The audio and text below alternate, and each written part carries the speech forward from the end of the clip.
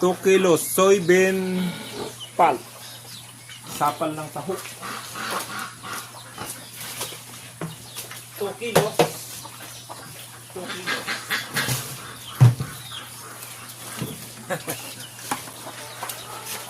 5 kilos. Ipa. Darak to. Rice bran. Madali na lang yung video. 10 kilos purple grass fermented.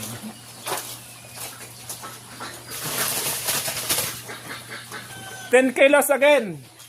Purple grass fermented. 5 kilos rice bran. Wow! English yun ah! Kuha tayo pa naman.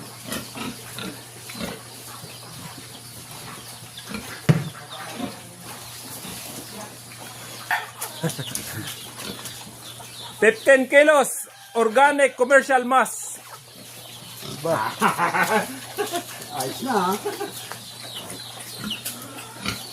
15 kilos good for kuha na. Galbi. Naman. May tubig pa yung mas mo?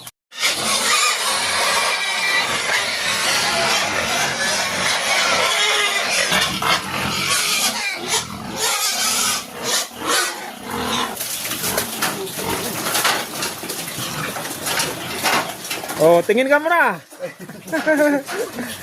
Merienda time. Yan yung binabad kanina pagkatapos kain, magbababad.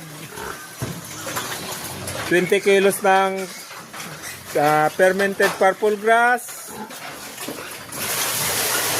15 kilos na commercial mass. And 10 kilos ng rice bran.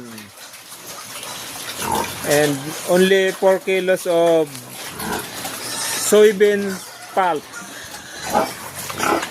That's it.